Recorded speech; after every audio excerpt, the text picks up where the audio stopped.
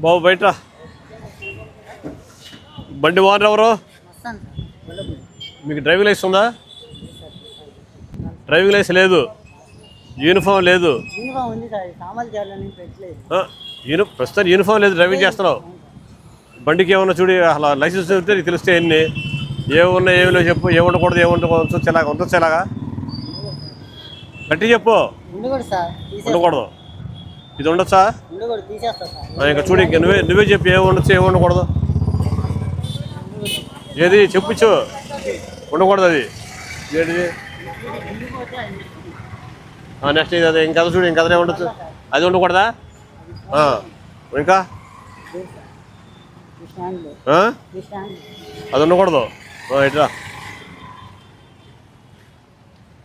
మరి back side ఇక్కడ ఉండాలి కదా, అక్కడ బ్యాక్ వెనక కనపడతాకుండా వ్యూ ఉండాలి కదా.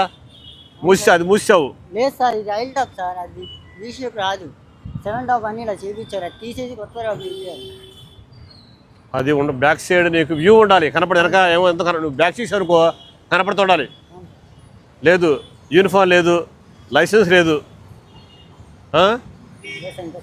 అంతే మరి ఇలా ఉంటే ఇక నీకు ప్రయాణికులు కన్నా చిన్న యాక్సిడెంట్. ఇంకోసారి డ్రైవింగ్ లైసెన్స్ పెట్టేస్తాను, డబ్బులు రావాలని డెకరేషన్ ఆపా, డ్రైవింగ్ లైసెన్స్ పెట్టే తీస్తాను.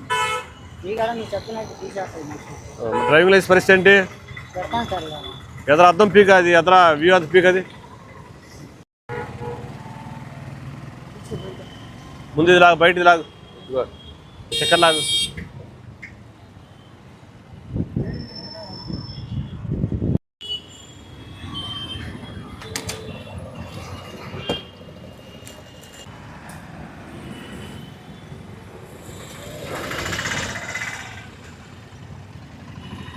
ఇప్పుడు బండి తోలుతున్నావు కదా, ఎందుకని?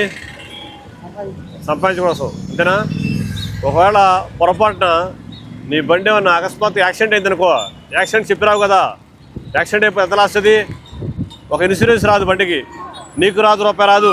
నీతో పాటు నీ నమ్ముకొని ప్రయాణం చేసిన ప్రయాణికులు కూడా రూపాయి రాదు. వాళ్ళ కుటుంబాలు మొత్తం రోడ్డు పడతాయి, వాళ్ళ ఉద్యోగాలు పోతాయి, నీ కుటుంబం కూడా రోడ్డు పడిపోద్ది. లైసెన్స్ ఉంటే, ఇన్సూరెన్స్ ఉంటే ఇది ఇన్సూరెన్స్ వస్తుంది, అర్థమైందా? కాబట్టి బండి తోలటానికి నీకు ఎలిజిబిలిటీ లేదు. ఈ బండిని ప్రజలు సీజ్ చేస్తున్నాము, ఫైన్ కట్టిన తర్వాత అప్పుడు బండి తీసుకెళ్తా. కానీ నువ్వు వీళ్ళు బతిరాడు కరెక్టే, రేపు ఇబ్బంది కదా జరిగితే నీకు చెప్పాక ఇబ్బందులు, నీకు ఇబ్బంది చెప్పా కదా నేను. అది ఒకసారి ఆలోచించుకో, ఆ ఇబ్బంది జరిగితే ఏంటి నా పరిస్థితి. కాబట్టి బండి చేంజర్ పెట్టేసుకో.